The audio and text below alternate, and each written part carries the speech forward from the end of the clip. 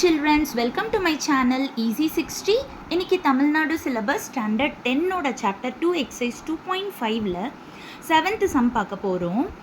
9 times 9th term அப்படின்னா அர்த்தம் 9 into T9 is equal to 15 times 15th term. So 15 into T15 இப்படின்னு கொடுத்துருக்காங்க. நம்ம என்ன ப்ரூவ் பண்ணணும்? 6 times, so 6 into 24th term, அதனால T24 is equal to 0 அப்படின்னு நம்ம ப்ரூவ் பண்ணணும்.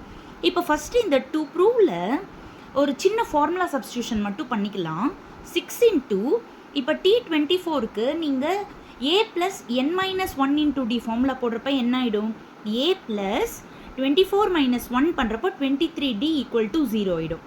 அடுத்த ஸ்டெப்பில் 6 அந்த பக்கம் டிவைடில் போயிட்டு 0/6 0 ஆகிடும். ஸோ நம்ம இந்த கிவனை எடுத்து சப்ஸ்டியூட் பண்ணிகிட்டே வரப்போ இந்த ஆன்சர் கிடச்சிருச்சுன்னா நம்மளோட ப்ரூஃப் முடிஞ்சிடும்.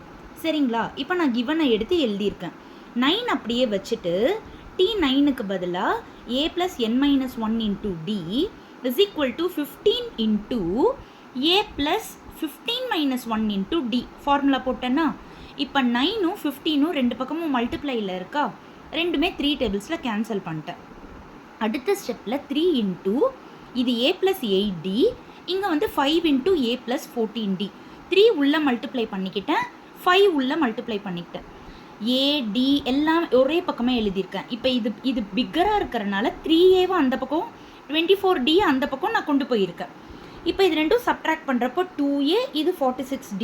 2 காமனாக எடுத்தோம்னா a + 23d, 2 அந்த பக்கமாக போயிட்டு 0 ஆகிடும். அப்போ நம்மளுக்கு நான் சொன்ன a + 23d 0ன்னு வந்துருச்சு. அப்போன்னா என்ன அர்த்தம்? அவங்க கேட்ட மாதிரி அந்த இது வந்து ப்ரூவ் ஆயிடுச்சுன்னு அர்த்தம். ஓகேங்களா? Thank you children.